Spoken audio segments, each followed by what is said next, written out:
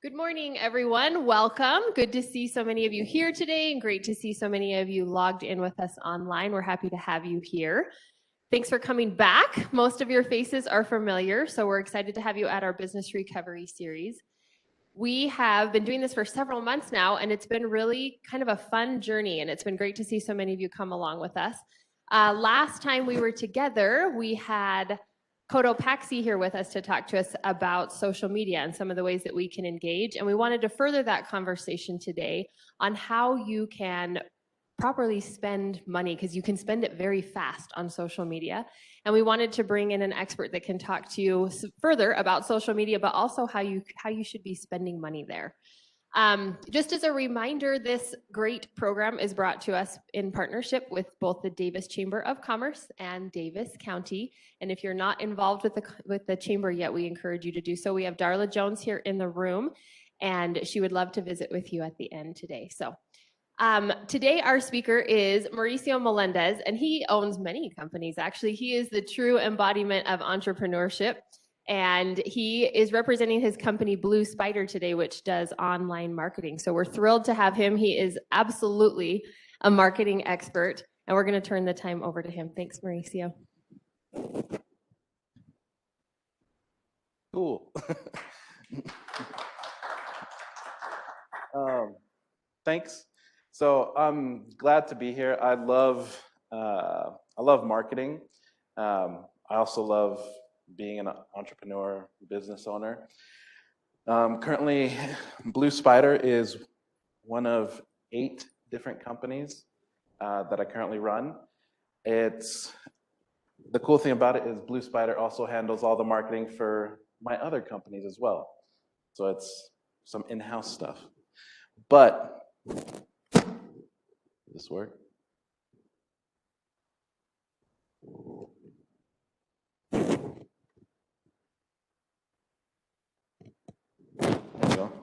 So we wanted to talk about how your social can makes sense. Oftentimes we find ourselves having our business, and one of the things I find a lot of times when I meet with clients is that they're great at what they do. I mean, they started a business for a reason. They're great at what makes them money. But a lot of times when it comes to different components of business, they may not always be diving too deep into different areas. One of them tends to be marketing on social media. Now, we all have, if you've ever done any sort of ads or marketing on social media, you get the option that says boost or promote your ad or your content, or whatever you're posting about. So one of the things with that is you want to make sure that before you do that, you know you have a couple things lined up, because if you don't, I guarantee, trust me, Facebook will be more than happy to take your money and spend it, and spend as much as you're willing to give to it. So we're going to go into details about the different type of things that you can do. One, I'll briefly explain who I am or what I do. So the difference between me is that I just have the microphone. We're all the exact same when it comes to business. We're just people who have taken the risk to do something different. And keep in mind that when you do that, you're one of 100 in 100,000 of people who are actually willing to take this risk, because not very many people are willing to do it. So one of the things about me, I have 5 children, all girls, so which is awesome, because I get to go to work with my fingernails painted every now and then. I go to conferences with sometimes without noticing that they've done it while I've been asleep. So that's awesome. But no, it's a ton of fun. We also have 2 dogs, 3 cats, and I am not a cat person by any means. But apparently we now have 3 cats, which is fine, because then it's me, the dogs, and the cats are the only males in the family. So it works out for us. one of the things that got me into entrepreneurship or starting to get into the business world is I was always, since I was, I think, 12 or 14 years old, I would sell stuff to our neighbors. I would walk into people's lawns with my lawnmower because I knew that it was harder for people to say no if they have a kid in front of them with a lawnmower on their lawn. And then when they would ask me what the price was, I would tell them, well, whatever you feel like paying, whatever you feel like the job is worth when we're done. And we got paid a lot more than what it would have been if we had given them a price. So I said, I love marketing. So I started from a young age. But two of the things I want to talk about is how using social to reach a local market for retail and services that depend on foot traffic, and how we can use social to make your spend go further for a service-based industry that's not geographically defined. Is in essence, making your targeted cast so you know what it is that you're aiming for and what it is that you're wanting to get. So some of the things, so here's a couple things. How many, if for those of you online, everyone here, how many of you guys go fishing? You don't have to answer. Okay, so when it comes to fishing, one of my business partners told me, he's like, hey, you need to get out of the office. You need to be in nature more, I guess. So he's like, let's go fishing. I'm like, all right, whatever. So we go fishing. Against my better judgment, I ended up buying what started with one fishing pole turned into 7. And then what started with one reel turned into like 9 or 10. And we're talking like bait casters, spin casting, lures, hooks, I mean, everything. I dove right into the world of fishing. But then all that we were doing was shoreline fishing. So we'd go once a week to a different lake, and we'd just start fishing from the shore. Now, the thing is, he had some idea of what he was doing. I had no idea. It had been decades since I'd picked up a fishing pole.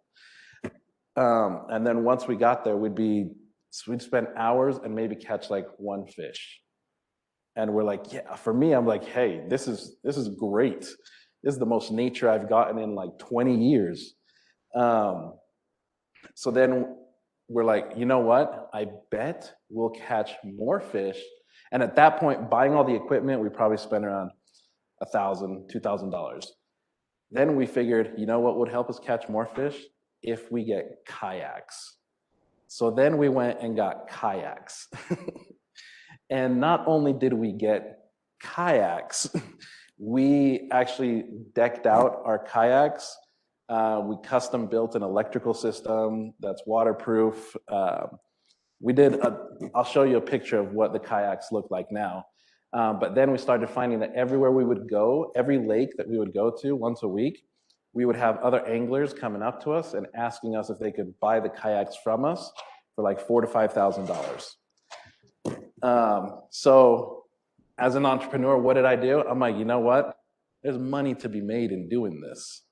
So him and I started another business where people bring us their kayaks and we custom build them the way that they want them. It never stops. So now we're like, all right, now we're gonna catch even more fish. We went out onto the lake. We're spending like 6 to 8 hours out on the lake. I had never been sunburned until I spent 6 to 8 hours on the lake. And we ended up catching the same amount of fish that we did without being on the kayaks. We were able to catch them in different parts of the lake. So at that point, we had spent another, $2,000 to $3,000 on all this equipment. So then he had the genius idea of like, you know what? Let's try fly fishing. So I was like, you know what? I'm in deep in this already. Let's do this. So we went but this time it was different. Instead of us just jumping in and going and just throwing a ton of money at it and hoping we catch something, we actually took some classes from somebody who's well known on fly fishing. We learned a lot of stuff that has to do with not just your equipment. So we did not buy any equipment until we decided we're not going to buy any equipment. We're not going to spend any money until we go learn what it is that we need to purchase. So I went to the class. After the first day, we learned the type of rods and reels and a bunch of other things. So then we bought some equipment. The next class, we went and learned how to cast, which in my mind, I was used to spin casting and having heavy lures on the end so I could go even further, exact opposite in fly fishing. But then we were able to accurately cast where we wanted to hit. And then we learned about the fish. So we learned about what it is that they like, how they eat, what they eat, the different depths that they're at. How when you arrive at a river, you scan the river first. You use one of those little nets that you do for goldfish in your tank at home. And you scan the river, look at what's inside your net. So now whenever we go fishing, we can actually look at the river, see what is going on in that little ecosystem, in that part of the river, and then we can fish. So we went fly fishing. First cast, nothing. Second cast, nothing. I'm like, great. We just threw a bunch of money at this and we're going to get the same result. Third cast, before I did the third cast, I remembered, okay, you want to do it this way. This is the reason why. You want to make sure it's going upstream. You want to, do all this other stuff. So as soon as I did that, bam, I got 13-foot like whitefish, 13-foot, 13-inch. 13-foot would have been amazing, but 13-inch whitefish right off the bat. The next cast, 12-inch. The next cast, same thing. They were all about 12 to 14 inches. So for the next 7 casts, I caught at least 6 out of 7 out of those casts.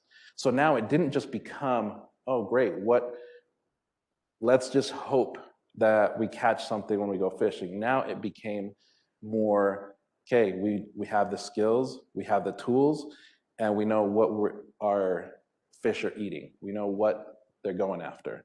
So then it made it a lot more fun. Here's one of the kayaks that we built.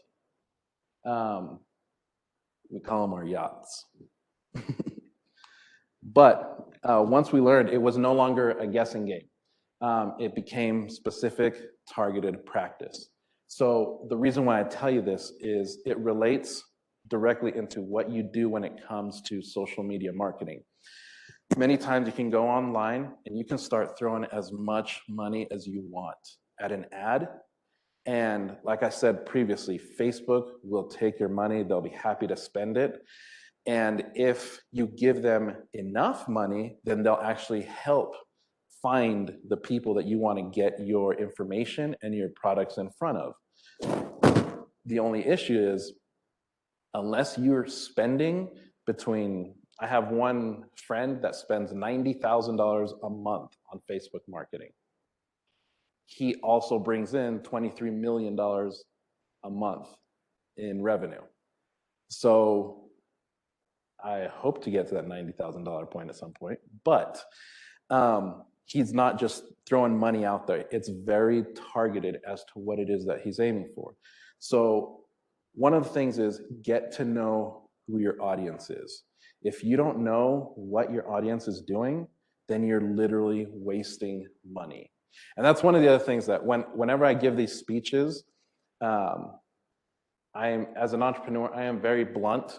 I'll be very straightforward, because when people try to sugarcoat stuff for you, as a business owner, it's just doing you a disservice. Because let's be honest, everyone who's done this road, it's not an easy road.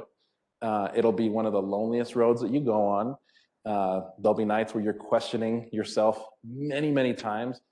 But on the flip side of that coin, it is very, very worth it. It is now, prior to me starting this other venture, we have in my company, it's called Fishing Thursdays, where we just go fishing the whole day. and just have fun. But one of the first things is get to know your audience. You want to know what their habits are. You need to know what they like. Where do they go? What do they like to do? What are some of the things? What are they doing at different times? Who are they?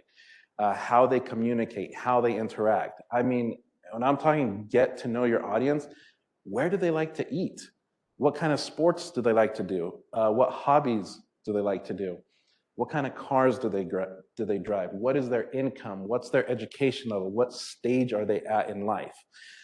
Now, the reason for this is because if you're able to pinpoint who your audience is and what they're doing, then when you spend money creating an ad, then you know exactly who you need to get your ad in front of. It's not a guessing game for you. You know who you need to get in front of.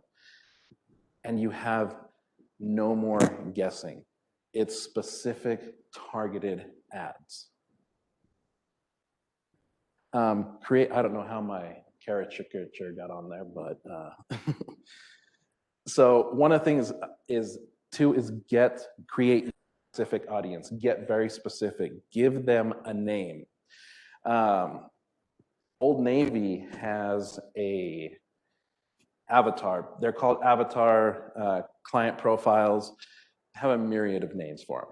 Well, Old Navy has one, and I don't remember what her name is. I think it was Natalie or Amy or something like that. So what Old Navy does is when they're looking at doing a pivot point in their company, or they're looking to transition or do something different, they'll always ask themselves, is this something that Natalie would do? Is this something that would work for Natalie? If the answer is no, then they don't go down that road. They don't waste any time, they don't go down that road.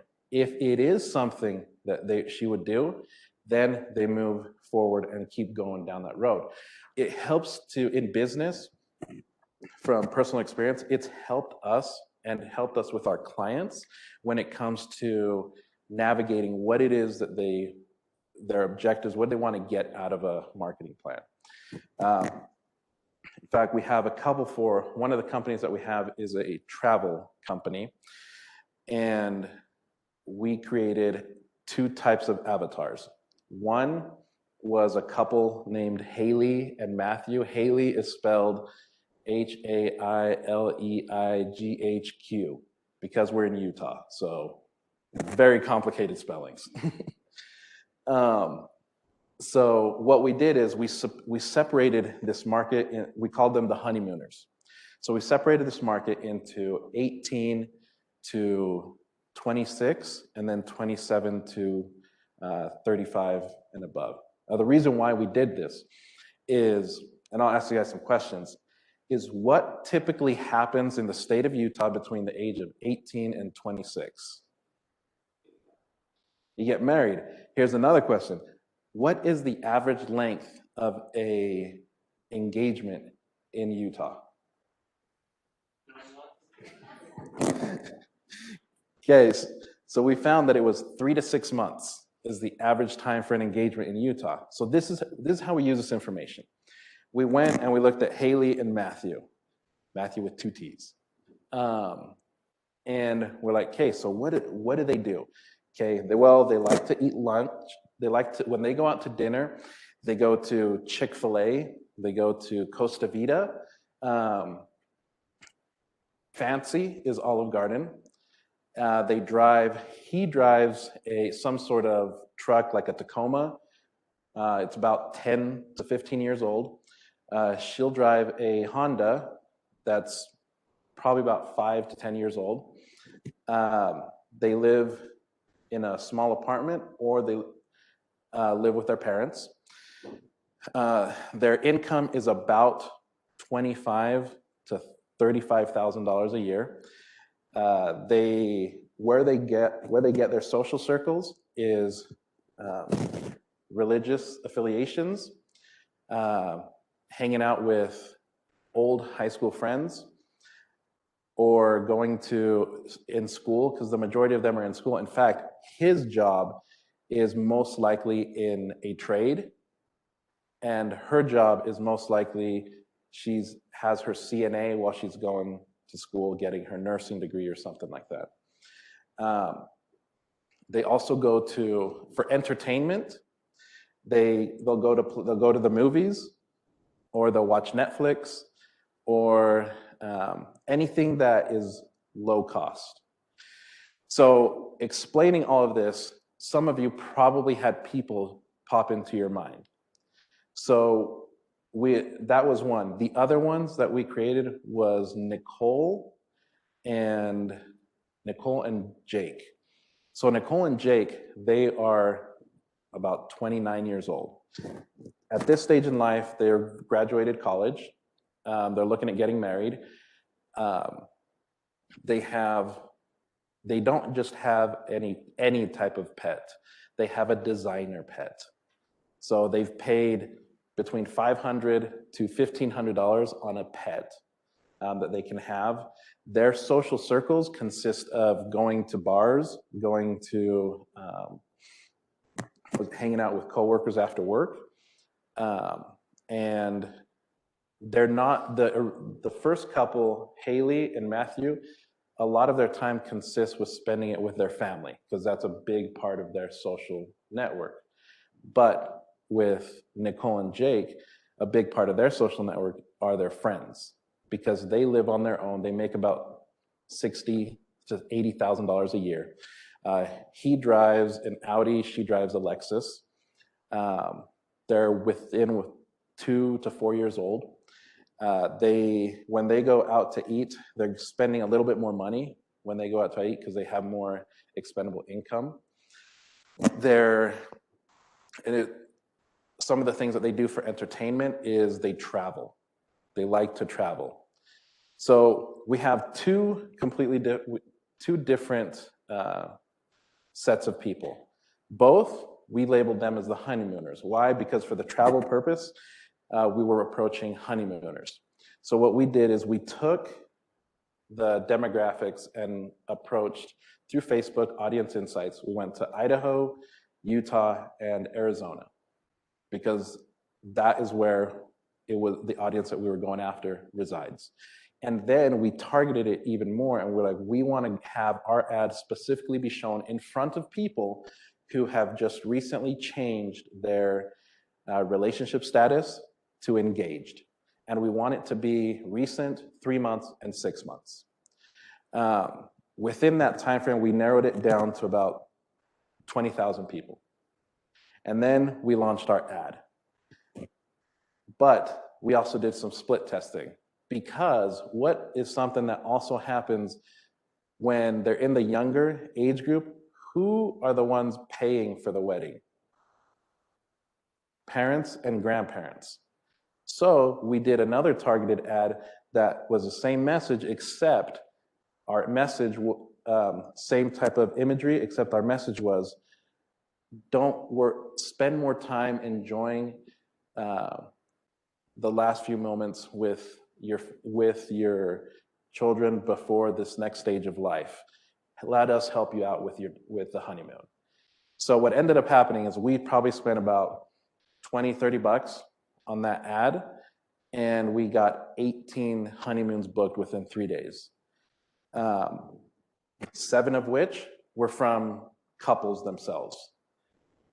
The rest of them were from the parents and grandparents of those couples.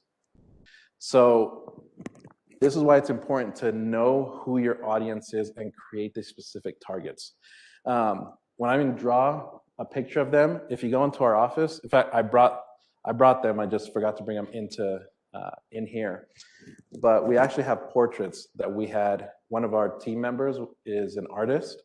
So we gave her the attributes, and she actually drew each of the characters. So we have faces to each one of these profiles.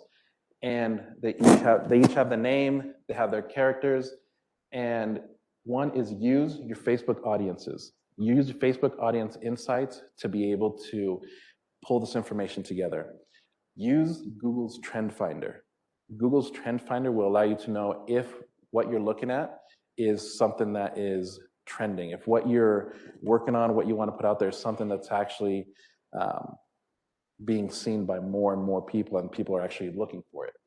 One is take notes of who they are. Many times, in fact, we have a strict policy in all of our companies that whenever we have a meeting, and we actually had custom notebooks made for each of our team members that they have to take notes during the meetings. Otherwise, it's a waste of time for them.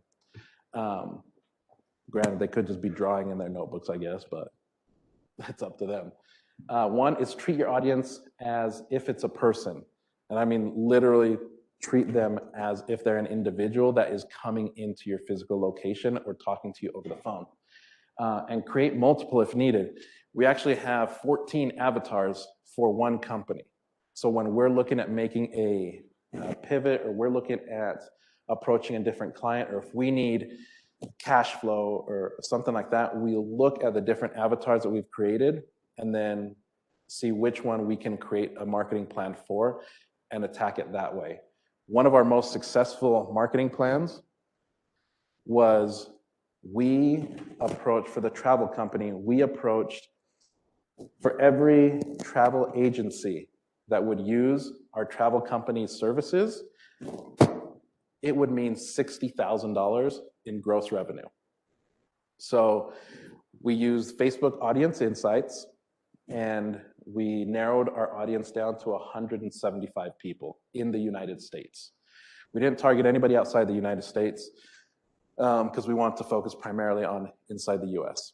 Well, we paid about $70 for that ad, and it turned into $360,000 in revenue for our company because we were able to get 8 agencies around the US that contacted us that they wanted to use our services, and within of those 8, 6 of them closed and continue to use the services. So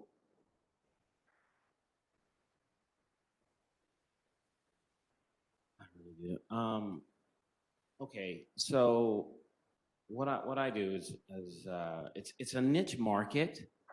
I basically am a private chef, but I also I cater to private jets. Okay, and I'm all over the country, all over the world, with people coming in. The data I'm looking for is like dispatchers. How would I actually find them? That's my biggest thing, and get in front of them, just to let them know that I'm here in Utah and what I do. cool. So this is actually a great example. Thank you. So one of the things that we talked about is how, if you're a service-based industry, how you get in front of more clients that, because your industry is not geographically defined. Like I said, you're everywhere. Okay, so when it comes to this, one of the things that we found, and with multiple clients that we work with, is when you're creating your audience, when you're looking at, first let me ask, has any of you guys used Audience Insights? Except Andrew?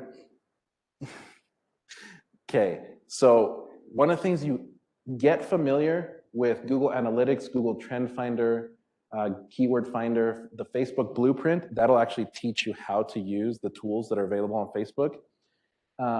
Facebook for Business and Facebook Audience Insights. This one, all of these are free. Like, these are free for you to use and benefit from. I can tell you from experience, just using these has churned millions of dollars for our companies.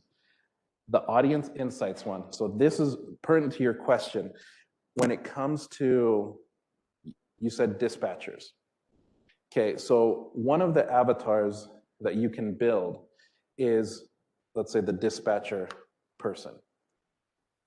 Okay, so you need to, one of the things that I would do in your position is I would actually search for that position in Audience Insights, because you can actually narrow it down to people who call what people's titles are for their jobs, any information that you have put on social media is available through the audience insights. So you can actually narrow it down. And that's why I'm saying take notes, because as you're doing this, you're going to need to be taking notes as to who it is that you're finding, because then you can also do exclusions. Like, okay, well, I just want to focus, let's say you want to focus on the top. What was the average income of a dispatcher?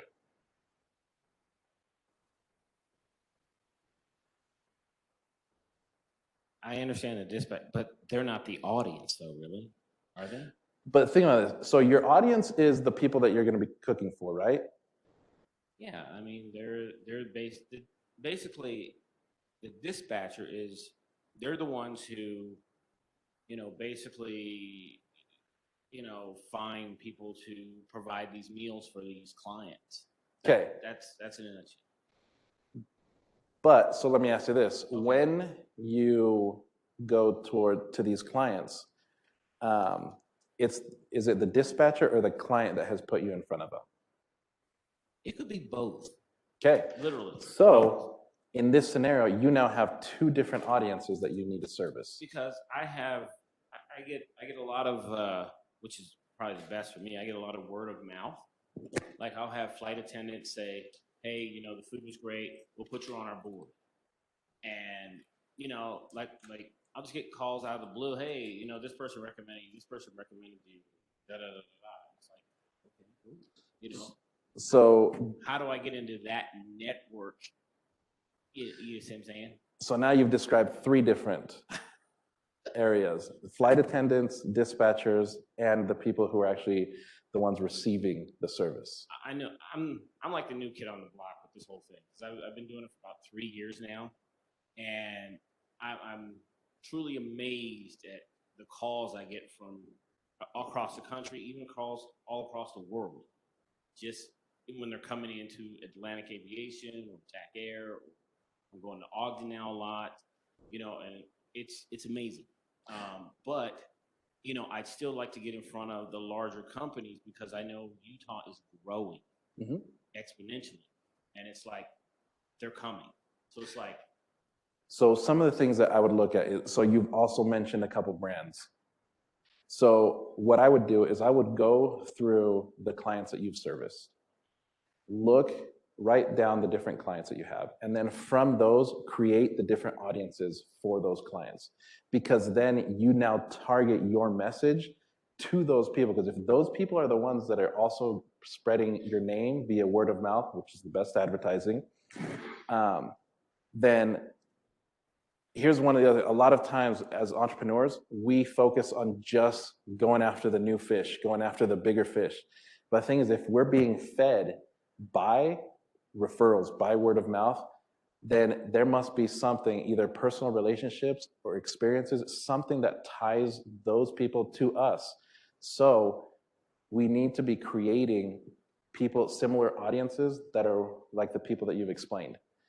Because now when you're doing advertising, you're not just like, hey, I want to hit because in Facebook, you can actually target that you only want to hit the top 5% earners in a zip code. You can do and that's what I'm saying, get to know audience insights, because you can target everything.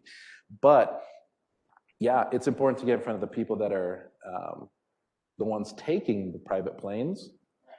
But look at your list and see where the majority of your traffic has come from, and then create your audience based off of each one of those people. You may end up with 3, 4, 12 different audiences that you now create. And then when you're looking at advertising, and there's multiple ways. I mean, you can do automation, you can do social media, you can do email marketing, you can email. As much as people think it's not, email is still one of the best ways to market. And there's you can get a lot of analytics, a lot of information based off of when you do one campaign. And if you guys want, we can get further into running the different campaigns and what those look like. But this is what I mean, get to know these tools, because these tools will provide you the information that you need and how how you can narrow down what your target is. So here's the one question. How many social media platforms do you think exist? Lots. In early 2019, here are some of the ones. Of course, MySpace doesn't exist anymore. Well, it's still out there, but you know. But there's over 95 plus different social media platforms. Now, you don't need to know all of these platforms, but you do need to know which ones your audience is engaging. Here's some quick statistics. Like I said, this was in January, February of 2019. How many times users are visiting the site on a daily basis? And also, when you look at these numbers, you have to be able to know what who your audience is that is visiting these sites. If you have a Facebook page for your business, think about this. How many times do you actually go in there and look at your insights? If I were to ask you, when is it that your audience is most active? How many of you are going to know what that response is? If you don't, you need to learn. But these are tools that will help you to know when to post prevalent information so that it's actually relevant to the audience that you're going after. And each one of these platforms, we'll just talk about the main 7 ones that we use here in the US. They service different purposes. You may have seen some of these before. Facebook has over 2 billion. And in fact, what is next to Google? What is the #1 search engine online? YouTube. Think about it. With YouTube, whenever you're going to try a DIY project before you pay a professional to do it and fix your mistakes, what do? You look at it up on Facebook to see if you can on YouTube to see if you can figure it out. The interesting thing is that each one of these networks has a specific purpose. So the purpose for Facebook is connection and information. None of us actually go on Facebook to buy something. Think about the purpose of why you go onto Facebook. You're looking for information on something locally in your community, or you're looking to see what your friends are doing or what your relatives are doing. Those are the main purposes for Facebook. It's communication, connection, and information. YouTube is learning. A lot of people go on YouTube to learn how to do a skill, to learn how to do something. Instagram, yeah, it's photos, video sharing, but let's be honest, it's for bragging and sharing what it is that you're doing or seeing what your friends are doing. Twitter, it's micro blogging, it's micro communication. LinkedIn is for business. I have one of our friends, he actually he came out with this product, and he dumped a couple thousand into advertising for LinkedIn. Within a couple hours, he had the heads of purchasing from Home Depot, Lowe's, True Value contacting him directly because they want his product in their stores. So again, he could have spent a ton of money just spreading it out there and hoping something hits, but no, he specifically targeted people's job titles when it came to LinkedIn. Snapchat, it's just quick communication. And if you're advertising on Snapchat, your demographics are going to be the younger population. And the one thing to realize is that these different social networks, they grow with their population. So if you're used to using Facebook when you were 25, when you're 35, you're still going to be using Facebook. I have a question, Mauricio. As I look at this in the age groups that are the key users, What about those of us that are maybe a little bit more mature in age? What is the marketing channel for, your middle-aged folks for 30s, 40s, 50s, 60s? Okay, so that's a great question. In fact, when I saw these numbers, I saw that they were interesting, but based off of the work that we've done with our clients for our different companies, they're not completely accurate because we found that Facebook, the demographic for Facebook is going to be your 35-year-old to 65 plus. For Instagram, it's going to be your 18 to 34-year-old. Twitter, that's everybody. You have people who are really young that are using it to people who are elderly that are using it. LinkedIn is for everyone who has, this is more for corporate type positions. If you're looking to move within companies, I have a friend who actually got a new job offer based off of his LinkedIn profile. So for your question, the majority of the time spent would be with Facebook and YouTube, because that's where you're going to get more eyeballs on what it is that you're doing. That was a good question. The other one, so here is some deeper demographics, and here's what we were talking about. So here's where the different age groups are, and you can see how they differ from one platform to the next. Twitter, LinkedIn, and also look at the important thing to, depending on where your business is the different location percentages of the people that use the different platforms.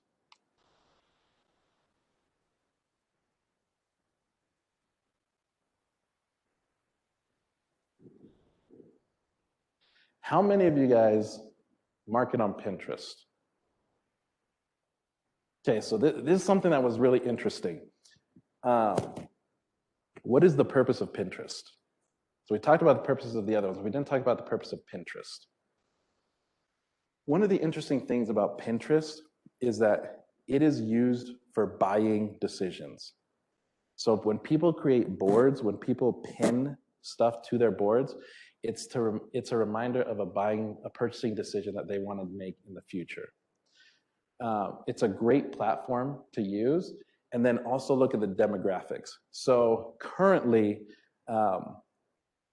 one of the numbers that I saw last night was 83% of users on Pinterest are female, but 50% of the new people signing up for Pinterest are males.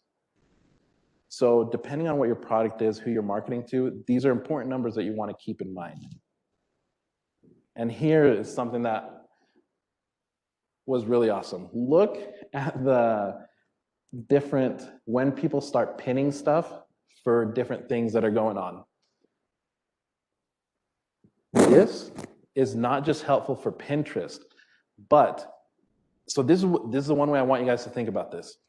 If you're creating a marketing plan, if you're creating an audience, okay? If your audience is geared towards a product that has to do with going back to school, okay?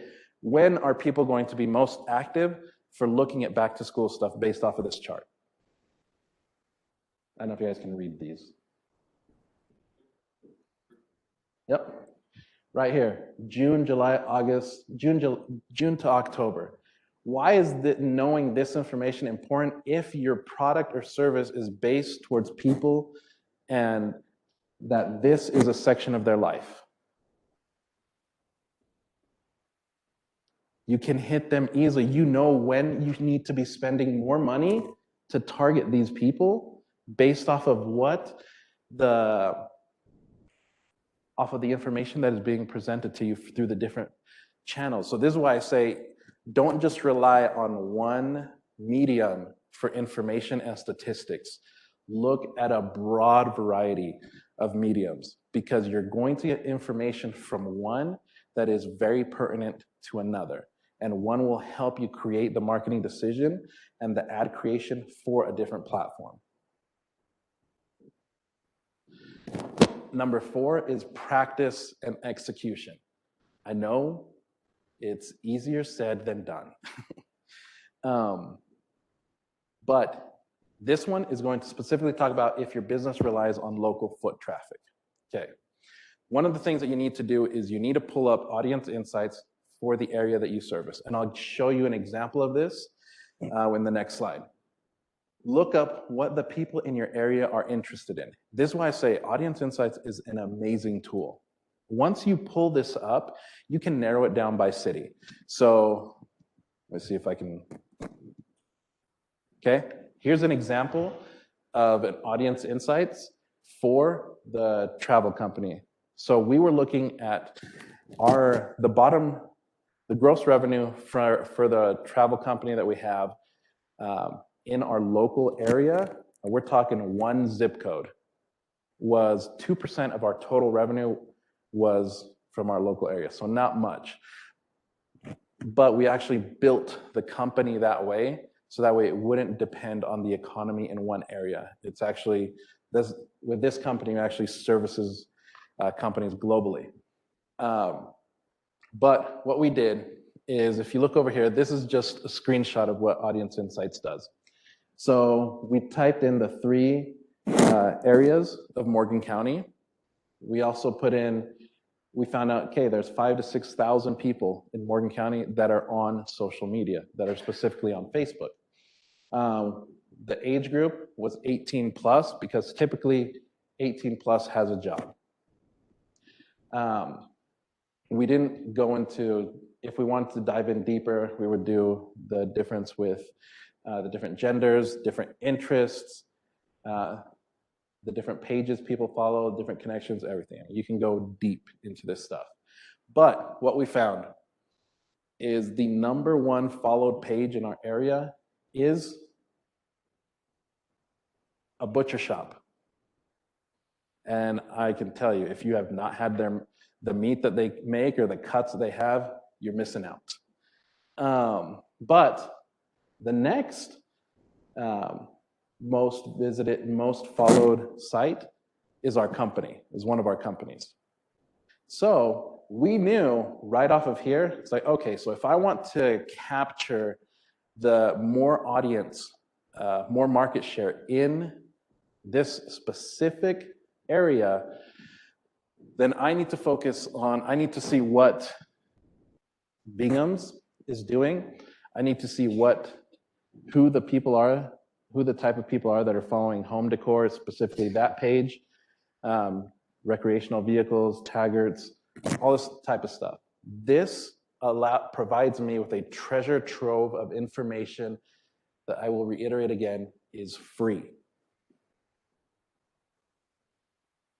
Okay, I'm following you here. I'm looking at it like I'm sitting here jotting notes down. I'm saying to myself, okay, would I go from state to state, like just like California? Companies with private jets.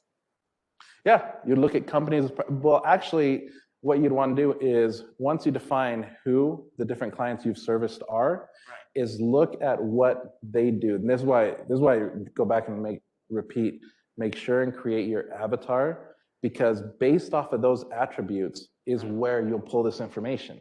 Because let's say because you can target a private company. Right. Let's say you go after millionaire. Well, let's just say, for all intents and purposes, because this is one of my clients, but Dominion Energy. Mm-hmm. Okay. I'd like to, I do good business with them, but I'd like to do more. Okay. So how can I target those guys? So you can actually target, so this would be a different type of marketing plan that you do, but you can actually target the employees of a specific company. And not only that, you can target the entire employee base, but then you can also target different positions within that company. So if you know, okay, I need to get in front of Executive assistant, 'Kay. dispatcher. Then you can put in those titles and you can put in the company name. Right. And that's different than this, but that'll pull up a different audience so that when you're creating your ad, you're talking specifically to that company. And the cool thing about doing that is when you're talking specifically to a company, then you're like a foot away from the bullseye and throwing your dart. Because now your message is specifically for them. And if you have another company that you're going to work with, you modify your message and do it specifically to them. But you can, with social media, you can actually have messages sent directly to their accounts. One of the other things that you want to do is you'll want to create your, I know a lot of people use their subscription base, but be able to provide more than just your product to your audience. Provide pertinent information. I will get to that, but with this, I'm able to go in and I'm able to see what it is that interests these people, and then I'm able to target them. So once we found this out, we went in and we targeted the audiences of these different companies, and we went from 2% to 18% revenue just within 2 months. So I have a question regarding, okay, now you've identified your audiences by various means and whatnot, and you have that data. Are there tricks of the trade or things to help actually develop the specific message? Yes. Are there insights to be gained on, okay, what is going to trigger them to action as you build your message? Yeah. So one, and it goes back to, so for example, we created an avatar that was called the Johnson family. With the Johnson family, they had a minivan. They had family wagons. They had like 5 kids. So the way that we targeted our message and how we got it in front of them is we looked at the specific times of when that family was active. So if you have a family that is, you have a kid who's in high school, a kid who's in middle school or junior high, what typically happens around 3 p.m.? Picking them up from school. Is the line to pick up kids from school ever fast?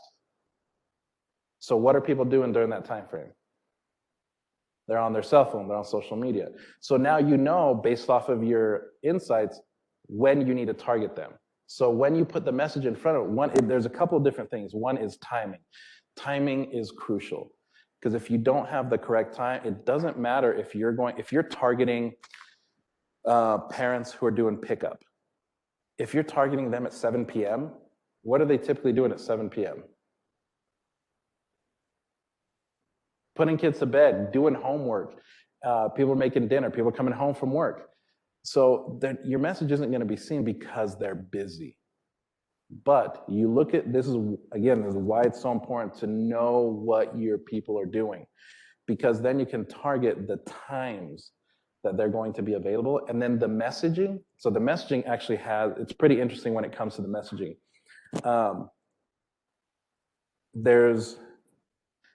If you haven't read the book called Story Brand Marketing, I highly suggest you read that book. Here's the reason why. Everybody in here knows Steve Jobs. So, and if you don't, you've been living under a rock. But Steve, when they first came out with their computer, they came out with the Apple Lisa. And he named it after his daughter. Well, they're like, hey, this is going to be amazing. We're in the era of innovation. This is just going to blow everybody away. So they took out a multi-page ad in the New York Times. And they talked about, oh, it's got this much memory. It'll do this. This is its processing time. This is its, all the different attributes of a computer. It took up several pages in the New York Times. It was the worst. It was a complete failure. It was the worst campaign they had ever done. In fact, I think Steve may have lost his job over it. But then he went and he learned about story brand marketing. And then the next time they ran an ad for their next product, it was 1 page and like 2 or 3 words, and it launched Apple. So when it comes to your message, you have to, this is why it's important to know who your people are. Because if I'm talking to families that are doing pickup and I'm talking to them about things to save time, whether it's financials, whether it's, being able to, have a product that will help me be more organized or something like that, I'm more apt to look at that while I'm sitting there waiting to pick up my kid. Instead, if somebody starts throwing, like, hey, you need to buy luggage. Like, what the heck am I going to do with, why? This isn't relevant to me. This isn't important to me at this point in time. So, I hope that helped answer your question. One of the other things is, look at the pages that are most followed in your area. Look at the content that is being posted by them. Can you do something similar for your business? One thing I cannot emphasize enough is, one, time is valuable. Especially as a business owner, you have to realize how important your time is. So don't waste time reinventing the wheel. Look at what your competitors are doing. Don't just look at your competitors. Look at what people in completely different industries are doing. One of the best books that I read was Shoe Dog by Phil Knight. And that's about the story of Nike. I have nothing to do with selling shoes, but after reading that book, it helped me do a couple changes within a bunch of our companies, which actually helped us increase our revenue even more. So don't just get stuck in your window of what it is you're doing. Look at what other businesses are doing and see if you can either emulate, see if you can mimic, but you don't have to reinvent the wheel. You can just improve it a little bit. Phil Knight, The Shoe Dog by Phil Knight. Yeah, the story of Nike. Nobody realized Nike almost went broke like 4 or 5 times. Then once you have this created and you start getting engagement, start getting more people to your page, use Google and create a like audience. Tell Facebook, I want you to look at my audience and I'm going to pay you X amount to go out and find people that are similar to the audience that currently follows us. So why that's important is if you already have people that are following you, then they probably have similarities. They probably have things in common. So you pay Facebook to find more of those people that have similar things in common to the people who are already engaging with with everything that you're putting out there. One is be more than a product. If you've listened to Simon Sinek, he says people don't buy what you do or what you sell, they buy why you sell it. This goes back to making sure that you have social currency, that you have, you're socially conscious with your business. I can't tell you how many times people are going to be more willing to spend money with you than with a competitor if you are able to provide something more than a product, but something of a social value. And with that being said, you want to make sure that, so one of the things that I learned is as business owners, we do this a lot. We don't take credit for when we're involved in, we're doing donations, when we're doing charitable stuff, because we think that we think it looks bad if we're trying to promote stuff that we're doing because we're being charitable. We're trying to use that as a way to get in front of people. The thing is that people want to know that. We did one campaign for one of our companies that said, all we did was this year, we're focusing on this organization. So a percentage of proceeds from every purchase will go to this organization. We got a ton of new clients, but more importantly, we got so many people that messaged us individually and said, it is so great to see somebody that stands for something other than just money. So when I say be more than a product, provide more than just your product or service as a value to people. Use photo and video, and I'll go into some tips and tricks on that. Focus on growing your community, not the community your business in. Let me explain this. Yes, you need to grow, you need to focus on the community that your business is geographically in, you want to be involved. But on social media, you want to grow that community. Look at what is important for that community to know. With one of the companies, we started a campaign. So as everybody knows, travel completely tanked over the past 8 months. I mean, we as a company went from, with one of our companies, we went from making, at this point, last year, we would have been at $6-7 million in gross revenue. We were at 140,000 at the same point. We went from 14, 15 employees to 3 because of what's currently going on. But we made several different changes in order to try and stay alive. One of the things that we did is we stopped advertising and we started providing information. So we started providing information on what countries were reopening, what it's going to be like when you travel, what things you can expect when you go through the airport, videos of our employees when they would travel on their own, videos of what their experience was like going through airport security, how empty the airports were, in some cases, how full the airports were, what it's like to eat at a restaurant in a different city, in a different state. We found that this was more important to our community base than it was putting a deal in front of them, because travel at the moment was just not top of mind. And it worked. We had one of our clients contacted us and told us, he's like, hey, he's like, I used to look at, I used to look for Google to ask different questions about travel. He's like, now I just go to your guys' Facebook page and get information on what's going on. And the other one is tell a story. Don't just throw stuff out there. Tell a story. It's what's going to capture your audience to want to engage with you some more. Now, if your business is not geographically defined by your location, a lot of these are really, really similar. Is one, create your avatars. You're going to have multiple.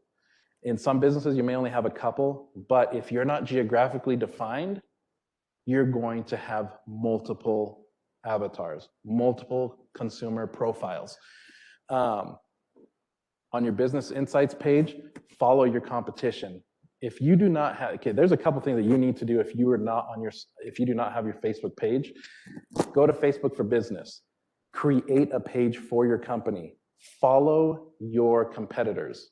There's a section in Facebook Insights for your page where you can follow your competition. And why is this important? You don't need to get consumed with what they're doing, but if all of a sudden you see that, hey, they posted something this week and their engagement shot up. Okay, what is it that they're talking about? Any of this information is helpful for you to further your business along. Again, create target audience, get granular. And like I said, Facebook will love to use your money. Facebook will, if you give it enough, I mean, they'll take it all. But as you pinpoint and get very, very detailed as to who your audience is, remember, one of the things that Facebook will do is when you create, like, okay, I want to advertise that we're doing a social media class for one of our companies, that we're launching a specific webinar, stuff like that.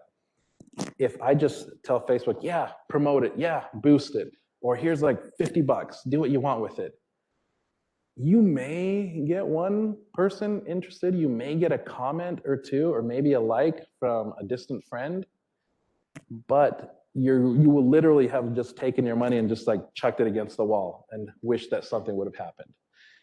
If you're able to get very detailed, then you'll tell Facebook, okay, this is the audience I want. Facebook will tell you, okay, there's 400,000 people in that audience. All right, If I put my daily spend to $20, $30, $100, $1,000, it'll tell you of these 400,000, you're going to reach this many per day. So that way, you now know, like, okay, I'm spending this money. This is the audience I want it to get in front of. Facebook is telling me it's going to get between this many people that are going to view it. So I'm going to be bidding for their attention. Real quick, can I get the same results from Google? As far as, are you talking about AdWords? AdWords, targeting, everything you're talking about Facebook, can I get the same from Google? Yes, it's just going to cost you more. Okay. Because on Facebook, you have, you're able to specifically go in and define what you want. With AdWords, you're paying for how many times people use those words, click on those words. So if you want to have a pretty good idea of what that can cost you, look at Google Trend Finder. And here's one of the things why it's so important for anyone who is in service or retail to know how to use Google Trend Finder. Because you can put in, let's say, chef services. And it'll tell you, it'll give you a graph and it'll show you chef services is on the rise, it's stagnant, or it's decreasing. So then you know, like, okay, I am not going to use that word in my AdWords because then I'm going to be paying for words that people aren't even going to be finding. So then this is where you start to play with your words. You start to look at what words are being searched on. And as soon as you type in the words, it'll give you the graph and it'll show you below what the cost per click is, if it's a highly seeked word or if it's very low. And then on there, you can start to choose like, okay, these are the words that I'm going to be playing with. Why this is also important is if you have a website, you want to have these words in your site, because when Google does its web crawlers, they will look for these words and pull them and you'll get a higher SEO rating. Now, also, what about LinkedIn? It's for business, and that's who I'm targeting. Do they have all these things as well? LinkedIn has a lot of the similar tools. You can actually go in there and narrow your audience as well. So one of the cool things about that is you're actually able to narrow even more. Like, you can target your competition's audience so that they can see your ads. Okay, so okay, so the two major big companies, especially the one, is NetJets. So I can literally target their audience. Yeah. You can target their audience. You can target anyone who follows them. You can target their employees. That's what I'm saying. Like, these are untapped resources that people, when we get into business, we have so much stuff coming at us that we lose focus of all these other things that we can use. For me, it's like, and this is my point that I've been talking to a couple of people about. It's like, they have these contracts, but some people are locked in. But even if, you were to get a small percentage of them, I'm great. Yeah. You know what I'm saying? So. Oh, yeah. Oh, yeah. One of my companies is delving into government contracting right now. That's going to be fun. But so, like I said, provide more than services for them, information, tips, things that can help them out. Run ads. So this is one of the things, you can do this both for whether you're geographically defined or whether you're not, is when you run an ad, run it for 3 to 4 days. Okay, you're going to be able to tell whether your ad is successful within 3 to 4 days, because you're going to give it enough time to kind of go out there and simmer against your audience. Make sure that you know what your objectives are. And by objectives, if you're using social media, do you want to get messages? Do you want to get clicks to your website? Do you want people to view a video? Do you want them to engage with you? Facebook has a couple different objectives as to what it is that you want to accomplish when you're in there. As long as you know which objective you're doing, a lot of the objectives that we use for our clients is we have one client where the objective that we use whenever we're creating, the current campaign that we're running for them is reviews. So we're actually pushing for reviews based off of her current customer base. Another one that we're pushing with is messages. They want to get messages from the people that may or may not be interested in their product. So it's been real helpful because it's helped them to know, okay, this is what my audience is currently interested in. Instead of me spending money trying to do all this stuff, this is what my audience is saying. This is what the people who are paying for my product are trying to tell me. So we've been able to go in there and get more defined numbers and information for some of our clients. And again, focus on your community. So the last one is results. And when I talk about results, you need to know how much money was spent, so what your budget was, your analytics, your KPIs, which is your key performance indicators, and then formulate another strategy. This is just cyclical. You're gonna go through this multiple times. But if you have this set up, then you wanna have these things set up so that way you know whether something's working for you or not. Because if it's not, then you're gonna know early on if something's not working for you. If you spent $500 and you got one phone call that led to a $20 purchase, that was not a very good use of your time or marketing. One of the other things, and I touch on this whenever I meet with other businesses, is entrepreneurs do one of two things. We either ignore the fact of what type of role marketing has in our business, and we hire a company to do it for us. Or we dive in and we try and figure it out on our own. With the first one, if you hire a company to do marketing for you, to help you figure all this stuff out, I know you're already busy. I know you have a lot of stuff going on. You're running a business. But point blank, if you don't know how to have a intelligent conversation when it comes to this type of stuff with a marketing company, with a web development company, with any other company that's going to be servicing your company, then you will be taken advantage of.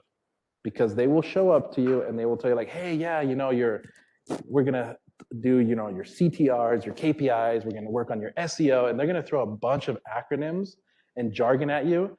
And you're like, yeah, I'm a business owner, I know exactly what all that means. $6,000 later, you're like, I have no idea what just happened. And I tell you this because I've already paid $30,000 to $50,000 in what I call tuition on knowing what not to do. So make sure you can have an intelligent conversation with a marketing company if you're going that road, if you're going down that road. And if they start throwing a bunch of jargon at you, tell them to stop and to explain it. You're gonna wanna know if you're looking for a marketing company, you're gonna wanna make sure that one is, what is the communication going to be like? What is the expectation of communication between your company, and that company? The other one is, are you gonna have a designated project manager? Or are you gonna be constantly switched between people all the time? How are they gonna measure your success? How are they gonna be able to tell you whether what they did for you was a success or not? And are you going to be able to see that information and have it actually work for you? I know it's because we paid one company, they painted a beautiful picture for us, and $6,000 later, I got one phone call for somebody that wanted to go kayaking on the Weaver River. We don't do any of that stuff. And that was one phone call in a 6-month period.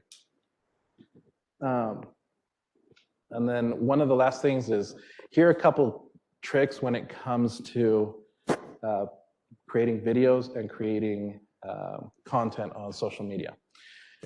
One is, we're often told that when we're creating a video on social media, most people want to take video or photos like this because you get more visibility. But then what ends up happening is that if this is your window, you now have a shortened window for people to see. And when human beings have less attention span than goldfish, you're not playing with much. So this is one of the things that you want to do is you always want to shoot in portrait if you're using your phone, because this will give you more landscape, more real estate on the platform itself. Oh, sorry. And then you're also going to want to make sure you use captions. Whenever I see a video online that doesn't have any captions, I don't waste my time. The reason for that being is because, let's be honest, how many times do people take their phones with them into the bathroom? How many times do people take their phones in a meeting? How many times are people places where all of a sudden they don't want that video sound to be playing so other people know that you're not paying attention? This is why captions are very, very important, because you can still deliver the message to those individuals without having to, without them having to just fly by it. And the one thing is that as you're scrolling, if you occupy more real estate, when they scroll, they're more likely to have it naturally stop on your content. And then one of the last things that I was going to talk about is when you're creating your audience, when you're looking at social media, is know the type of clients that you're going after. And by this, I mean, have you guys heard the analogy of the elephant, the elk, the porcupine, and the squirrel? Okay, so as a business, we oftentimes, when it comes to knowing your audience, if you're going after a client that's an elephant, think about it. If you're hunting and you kill an elephant, how much of that meat are you going to be able to bring back? Not much. And then what's going to happen to the rest of the elephant? It's going to go to waste, or other animals are going to come and get the rest of the meat. Okay? With a squirrel, how many squirrels do you have to kill in order to feed like a family of 5? A lot. And then how much work is it going to be to get to the meat of a squirrel? A ton. Okay? And then a porcupine. Porcupine has a little bit more meat, but how painful is it going to be to get to that meat? Okay? So in business, we all have these types of clients. So we all have the elephant, which is a huge client that sometimes you have to be honest with yourself. If you're not able to service them, then you're not going to be, you may be able to service some of them, but if you're not able to provide the type of service or product that they're needing at that time, you're actually going to ruin that relationship, when if you had just given them advice. And we've done this before. We've told clients like, look, honestly, let me give you the phone number, let me give you the contact information of this other company, and they'll be able to actually help you out a little bit better because they specialize in that. And it was millions of dollars that we turned away. But they were more grateful that we were able to do that, and we actually still got some of their business.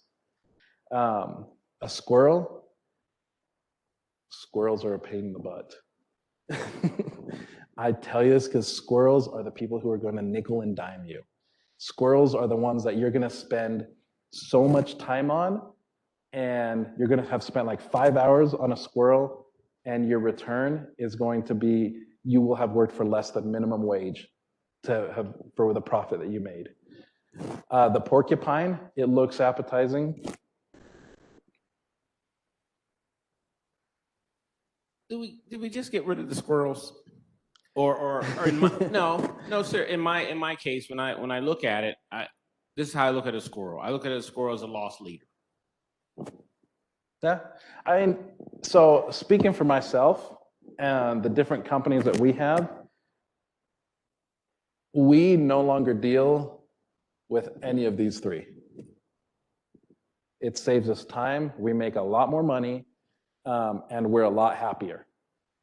Because like I said, with the Porcupine, you're gonna get some, your clients are going to provide you with some revenue, but it is going to be like pulling teeth in order to get to that revenue. So what you always wanna go for is the elk, especially because now it's hunting season. But you wanna go for the elk, because the elk, you'll be able to pack most of that meat home, you'll be able to use it all, you'll be able to have a better, with clients, you'll be able to have a better relationship because you're able to provide everything that they need. You'll be able to work with them better, and the return is a whole lot better with your clients who are elks than any of these other three. But does anybody have any questions?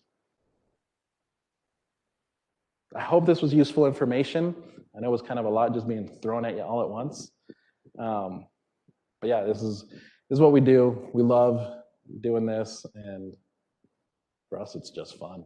Do you have any examples of ads or anything you've done specifically for any of your companies? Yes. Let me see if I can pull them up.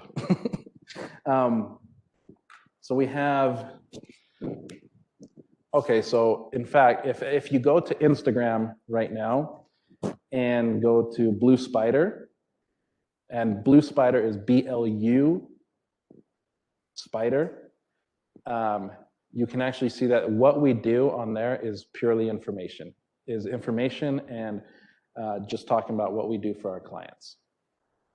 If you go to Traverse Tours and Travel, you'll be able to go now, you'll start to see how we're re-engaging our audience, the type of things that we're doing to put deals in front of people.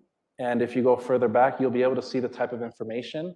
And so one of the things that we also found when it comes to the different types of marketing is with our subscription list, with our email list. For Traverse, we tell our audience, look, we did one, thanks to a grant that we got from the state of Utah. We have to provide discounts for our clients. So what we did is one of the deals was, it was $2,100 for like a week in Cancun. And we said the first 3 people that book will get $400 off. So that disappeared within 10 minutes.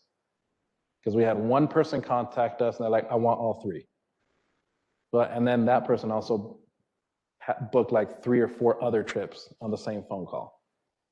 And then after that, if you get the current advertising we're running for that, we also told people, hey, if you join our newsletter, then you're actually going to get the deals before we post. You're going to get the deals hours before they get posted on social media.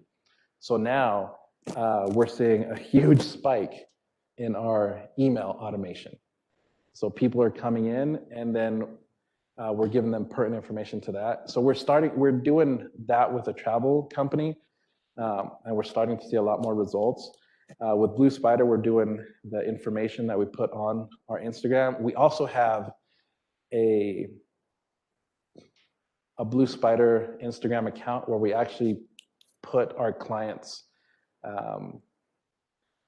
what we show our clients as examples of what we're going to do for them. Because one good example is if you go to, one of the interesting things that you can do for Instagram is you go to Time Machine Skate Shop, and you look at their Instagram, you'll be able to see that how they put their images together. And they're actually telling a story throughout the entire image, so it runs like one long banner. And these are just some of the things that we've started to incorporate for our clients.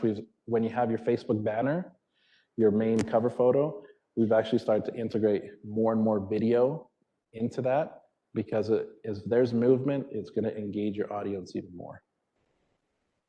But yeah, you can go to those and see the kind of different things that we're doing. The other companies that we're in development and working on, we're hiring more people because the demand for our marketing company and everything that they're working on, we're actually hiring more project managers just because we need to get more stuff out faster. Good question. Yeah.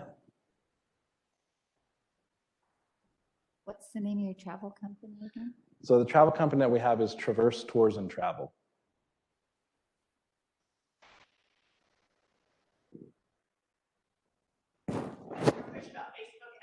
Yeah. Microphones are awesome. So I know Google AdWords is a pay-per-click situation. Are Facebook ad rates based on the number of people in that target, or based on the length of ad, or all of the above? Both of those. Okay. So it's dependent on the length of how long you're running the ad. And remember, so Facebook is a bidding site. So you're bidding for people's attention. So Facebook takes the amount of money that you're going to spend, and that's why they give you a number of the potential of how many people it's going to get in front of. So how long you're going to run it for. And one of the other things is if you have images on your Facebook advertisement, if you have a lot of text on your images, Facebook will not show it to as many people because they don't like to see that much text on an image. All right, we have an online question. It says, we are a therapy business. Occupational, physical, and speech therapy. Is there any analytics to find specific professionals on social media where ads would go to a specific group of professionals? So you want to see if you can get information, data that currently exists on other professionals in the same field? Is that what the question is? Sure. Okay, so the answer is yes. You can find the data. One of the other things to look at is if you're in the medical profession and with occupational, speech, and physical therapy, one is you have a wide variety of audiences depending on what it is that you focus on. So if you want to reach, I guess the question would be, is the purpose to reach more professionals or to reach the audience that would use your services? I don't know if they're going to answer that. Okay, so you're trying to reach the audience that's going to use your services. Okay, so I know a little bit about this and by little, I mean a lot. Because we shelled out thousands and thousands of dollars to have speech therapy, occupational therapy, physical therapy come to our house, plus going to their office, plus getting it inside the school system for one of our children that has a disability. But what we found, so in that field, you have, and this is what I mean, if you want to reach your audience, you have to know the different type of audience that you're trying to go after. Because within those three disciplines, you could be going after people who have been injured at work and they need to recover in order to be able to get back to work. You could go after individuals who have loved ones with disabilities. You can go after the different rehabilitation centers. So there's a lot of different audiences that you can go after. And what you need to do is look at what it is that you want to focus on.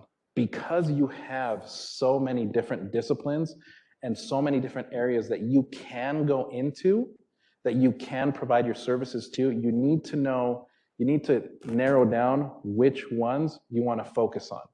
And the cool thing about doing that is once you narrow down the ones that you're focusing on, you start going after that audience. And yes, the data and analytics exists. One of the, there's multiple resources. One of the things that you can do is via Davis Tech, talk to, I think it's through SCORE, and Resource USA, you can get a ton of information. And also, if you live in Salt Lake County, well, or you can get a library card to Salt Lake City Library, you can get access to a plethora of information, and you just pay like a yearly, you have a month for free, but then you pay a yearly subscription.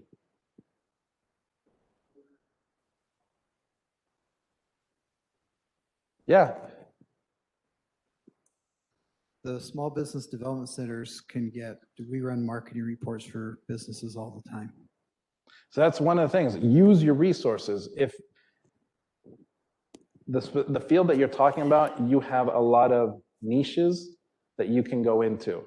So honestly, my personal opinion is look at what's going to make you happier. What's going to make the professionals that you work with in your business, what's going to bring them gratification.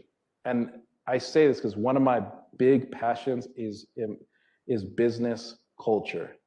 That's one of my first things that whenever we bring on a new team member, whenever we start a new business, culture is the most important thing that we focus on as a business. And we have over 50 employees right now in our different companies.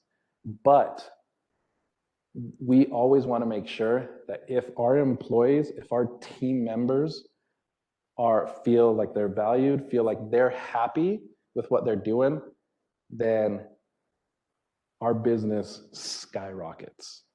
And I can give you an example. We started a newspaper, was it 3 weeks ago? And within 3 weeks, putting the right people in the right seats, creating the right team, hired 19 people within 4 days. The newspaper hit profitability within 2 weeks and is now, we do not have to worry about expenses, payroll, anything like that for the next year because of what we were able to accomplish by having the right people in the right place in a 3-week time frame. So that's what I would tell you to do. Look at what you really want to focus on and actually look at the different, what your audience is doing that you're going to be going after. Because you can, like I said, you can go after all of them and you may end up getting 1 or 2. But if you focus on at least 1 or 2 niches, then you'll actually be able to dominate in that area. I hope that answered your question. Just going back to your comment regarding the library system, I know, like particularly here in Davis County, if you are a resident and part of the, go into the library system, they actually have relationships with the other counties. So you don't have to necessarily be a Salt Lake County resident or Weber County resident to access those materials. So check out your local library. Yeah, use your resources and go to every opportunity that you can to further your business acuity. And yeah, I can't tell you how many conferences I've sent my employees to. We sent one to Florida to go hang out with Gary Vaynerchuk. We've sent one to Las Vegas to go to a different convention with Tim Robbins. So use all your resources because I guarantee your competition's not. Getting back to what we talked about on LinkedIn and following my target, like NetJets, how do I do that? That's the biggest thing. Where do I find that information at? So I can sit down with you and actually go through that process of how you can actually go in there and target their specific audience, their employees, their executives, everything. Okay, great. Anyone else? In the back. Coming at you.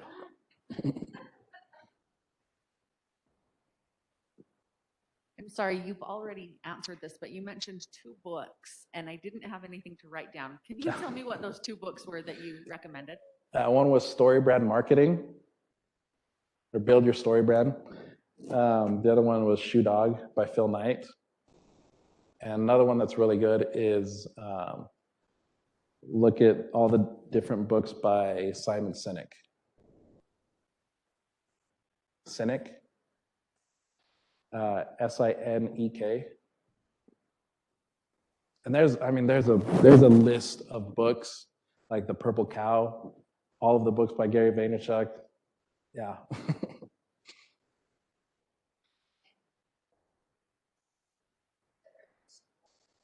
Story Brand. Yeah. No problem. Cool. I'm out.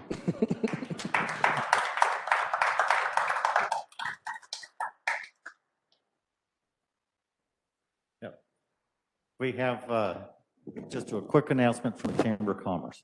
So I just got you guys earlier. If you're interested in is doing a buy local program November and December. So if you guys have a product or service that you want us to be showcasing